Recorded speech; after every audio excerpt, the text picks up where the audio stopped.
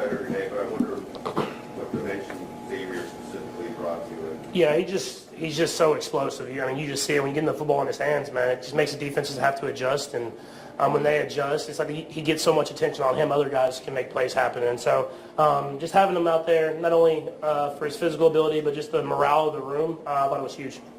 What's to say about his versatility that you hit him on that fourth and short, but also obviously with 37 yards downfield?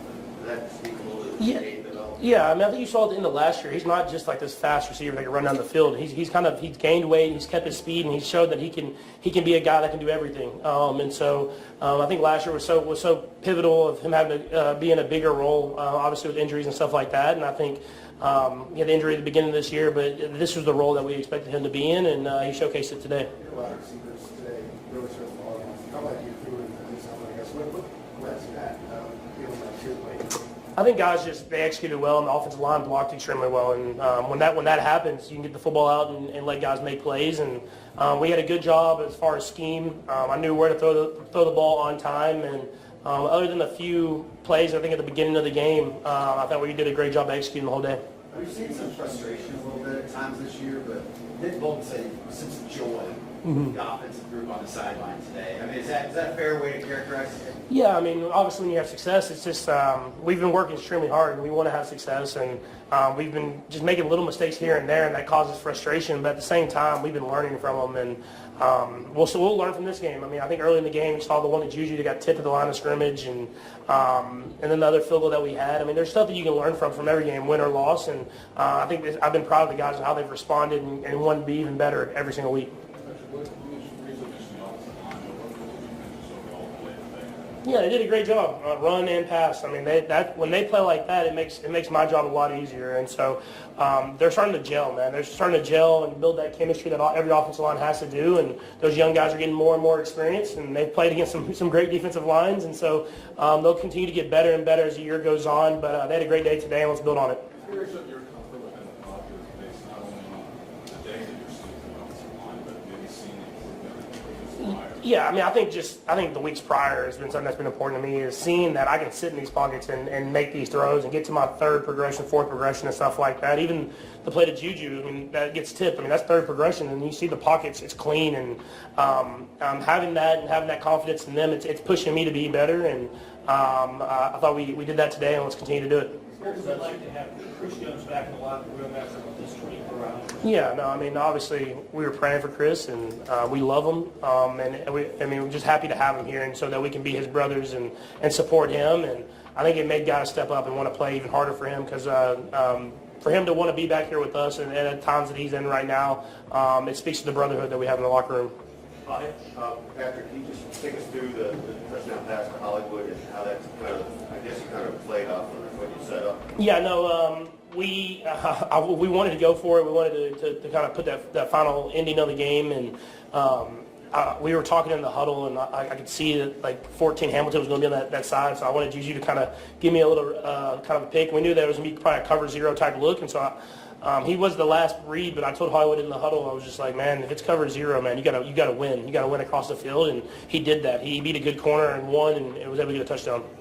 Curious for your perspective on two first, if the deep down the right side, Yeah, the deep one on the sideline, it's just Worthy beating his guy. It was man coverage. He won, and then giving him the throw down the field and letting him go up there and make a play. I think people, like I was talking, they think he's just speed, but he's the guy who can do it all, man. He can go catch those footballs over the top, and he can be physical and use his body as well. And so good to get him going early in the game and kind of have that threat for the rest of the game. I missed him like right after that. I think he was a little tired, but he could just not playing a few games. But you showcase that in the deep stop route he runs. He has a wide variety of routes he can run, and then the one to Travis cover zero. We knew it was cover zero, and then it's about your guy just winning a one-on-one. And I'm gonna give my guys chances down the field, and Travis has shown for years that he can win those matchups. The Leo pick and then the fumble, I mean, you guys really punished them for that. You hadn't got to the first 2 weeks. How big was that to get those and then also punish Baltimore? Yeah, I mean, at the end of the day, that's a great offense. Like that's a great football team. That's a great offense with two guys that are the top of the league type guy, the quarterback and running back, and then with tight ends and the way our defense played today. I mean, I know they got the late touchdown, but they played lockdown defense, and they put pressure on the quarterback. They got interceptions, they got turnovers, and that sparked us offensively, giving us those short fields. We have to execute and score off those, and it was a good team football game. It wasn't just offense, it wasn't just defense or special teams. It was everybody came together, and that's what we need the rest of the year. So when you're during the week, feel like this was coming this week, and especially like during the week, you think about those fourth and shorts that you can go for, really confident in those kind of plays that you guys do. Yeah, I mean, you're playing one of the better teams in the NFL. You know you're going to have to be a little bit more aggressive, and I know their record doesn't show, but everybody knows it's the Baltimore Ravens, and they've had so much success these last few years. And so we had a good game plan going in, and we knew we had to raise our game. And I think we finished the game the right way, but it was a close game throughout until the very end there, and I thought we executed at a high level in crucial situations, and that's what changes the tide of the game. Well, last year, David, go ahead.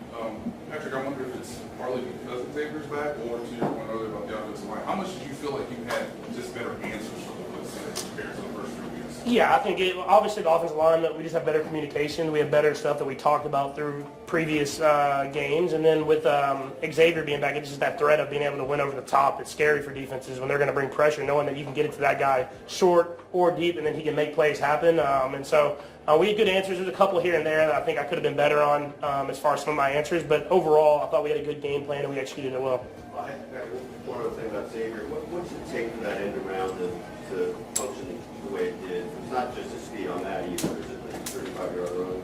Oh, yeah, no. I was thinking about how fast Josh was running on that one, too. Like, the left tackle was rolling, too. So, it's just execution. We got into a big set, extra alignment on the field, and we had running the ball well. So then so we were running the ball well, and as we were running the ball well, they got downhill, and we give the ball to Xavier, and you get the offensive line going in front of them, and I'm glad they'd be glad his arms got banged up, because I think he might have had a chance to take it all the way there, but he played it smart and got out of bounds after the. Patrick Mahomes delivered a jaw-dropping, historic performance as the Kansas City Chiefs dominated the Baltimore Ravens 37-20, but it wasn't just his brilliance making headlines. His post-game press conference ignited a frenzy as he spoke passionately about the triumphant return of star wide receiver Xavier Worthy.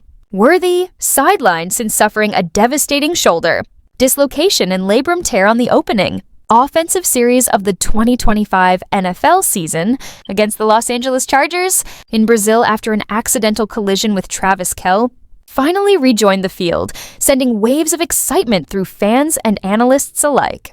Mahomes' electrifying plays, combined with Worthy's long-awaited comeback, turned the Week 4 clash against quarterback Lamar Jackson into an unforgettable spectacle, cementing the Chiefs' second consecutive victory under head coach Andy Reid and elevating the team's aura of dominance. The atmosphere was charged with emotion as viewers worldwide celebrated not only a resounding win, but the inspiring resilience and determination of a key player returning from injury, proving that perseverance and elite talent can create truly unforgettable NFL moments. His Sunday return proved pivotal for the Kansas City Chiefs, as Arrowhead Stadium became a stage for Patrick Mahomes to showcase his unparalleled ability to elevate the team against a resilient opponent. The Baltimore Ravens, entering with a 1-2 record and determined to rebound, quickly found themselves overwhelmed by Mahomes' precision and leadership. Yet, even amid his dominant performance, the quarterback highlighted Xavier Worthy's essential contribution, emphasizing that he is far more than a speedy receiver racing downfield.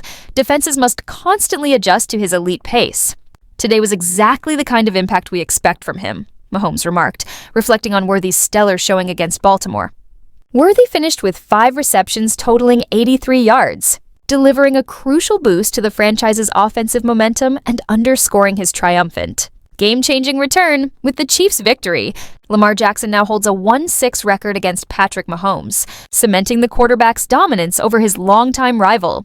The last time the Ravens QB managed to defeat Mahomes was on September 19, 2021, in a razor-thin 36-35 matchup during Week 2 of that season. In that game, Mahomes threw for 270 passing yards, added 4 touchdown passes, and achieved 250 career touchdowns at just 30 years old, a historic milestone that made him the youngest player in NFL history to reach this mark, surpassing Aaron Rodgers. His relentless level of play continues to shine in a season that began 0-2, dispelling early doubts about the Chiefs' form.